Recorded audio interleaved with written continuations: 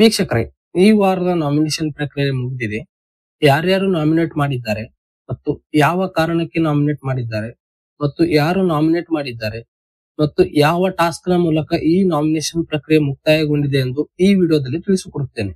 ನೀವಿನ್ನು ಮೊದಲ ಬಾರಿಗೆ ನಮ್ಮ ಚಾನೆಲ್ ಅನ್ನು ನೋಡುತ್ತಿದ್ದರೆ ನಮ್ಮ ಚಾನೆಲ್ ಅನ್ನು ಸಬ್ಸ್ಕ್ರೈಬ್ ಮಾಡಿ ಮತ್ತು ಈ ವಿಡಿಯೋ ಇಷ್ಟವಾದ್ರೆ ಒಂದು ಲೈಕ್ ಕೊಡಿ. ವೀಕ್ಷಕರೇ, ಮೊದಲಿಗೆ ನಾಮಿನೇಷನ್ ಟಾಸ್ಕ್ ಯಾವ ರೀತಿ ಎಂದು ನೋಡುವುದಾದರೆ, ಈ ಟಾಸ್ಕ್ ಗಾರ್ಡನ್ ಏರಿಯಾದಲ್ಲಿ ನಡೆಯುತ್ತದೆ. ಒಟ್ಟು 6 ಬಕೆಟ್ಗಳು ಇರುತ್ತವೆ. ಒಂದರಲ್ಲಿ ಸಗಣಿ, ಒಂದರಲ್ಲಿ ಕಸ, ಇಂತಹ 6 ಬಕೆಟ್ಗಳು ಇರುತ್ತವೆ.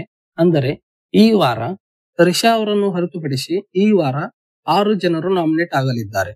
ವೀಕ್ಷಕರೇ, ಈ ಟಾಸ್ಕ್ ಅನ್ನು ಮಾಳು ಅವರು ನಡೆಸಿಕೊಡುತ್ತಾರೆ. ಅಂದರೆ ಮಾಳು ಅವರು ಯಾರ್ಯಾರ ಮೇಲೆ ಈ ಬಕೆಟಿನ ನೀರನ್ನು ಸುರಿಯುತ್ತಾರೆ ಅವರು ಈ ವಾರದ ನಾಮಿನೇಟ್ ಆಗುತ್ತಾರೆ.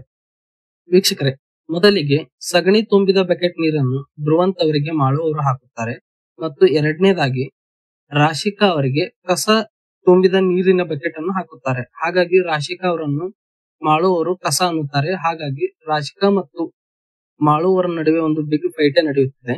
ವೀಕ್ಷಕರೇ, ಇನ್ನುಳಿದ 4 ಬಕೆಟ್ ಅನ್ನು ಕ್ಯಾಪ್ಟನ್ ಆದ ಮಾಳು ಅವರು ಕಾಕ್ರೋಚ್ ಸುದಿ, ಅಶ್ವಿನಿ ಗೌಡ, ಜಾನ್ವಿ ಮತ್ತು ರಕ್ಷಿತಾ ಅವರ ಮೇಲೆ ಹಾಕುತ್ತಾರೆ. ಹಾಗಾಗಿ ಈ ವಾರ ಈ 6 ಜನರು ನಾಮಿನೇಟ್ ಆಗಿರುತ್ತಾರೆ. ಧ್ರುವಂತ್ ಅವರು, ಸುದಿ ಅವರು, ರಕ್ಷಿತಾ ಅವರು, ಅಶ್ವಿನಿ ಅವರು, ರಾಶಿಕಾ ಅವರು ಮತ್ತು ಜಾನ್ವಿ ಅವರು. ಈ ವಾರ ಕ್ಯಾಪ್ಟನ್ ಮಾಳು ಅವರಿಂದ ಈ 6 ಜನರು ನಾಮಿನೇಟ್ ಆಗಿರುತ್ತಾರೆ. ವೀಕ್ಷಕರೇ, ಒಂದು ಲೆಕ್ಕದ ಪ್ರಕಾರ ನೋಡೋದಾದರೆ ರಕ್ಷಿತಾ ಅವರನ್ನು ಹೊರತುಪಡಿಸಿ ಇಡೀ ಬಕೆಟ್ ಗ್ಯಾಂಗ್ ಅನ್ನೇ ಮಾಳು ಅವರು ನಾಮಿನೇಟ್ ಮಾಡಿದ್ದಾರೆ ಎಂದು ತಿಳ್ಕೋಬಹುದು. ಮಾಳು ಅವರು ಮೊದಲಿಗೆ ಕ್ಯಾಪ್ಟನ್ ಆದಾಗ ಮೊದಲು ಅತಿ ಹೆಚ್ಚು ಸಂಭ್ರಮಿಸಿದ್ದವರೇ ಇದೇ ಬಕೆಟ್ ಗ್ಯಾಂಗ್. ಹಾಗಾಗಿ ಮಾಳು ಅವರಿಂದ ಈಗ ಟಾರ್ಗೆಟ್ ಆದವರೇ ಇದೇ ಬಕೆಟ್ ಗ್ಯಾಂಗ್ ಎಂದು ತಿಳ್ಕೋಬಹುದು.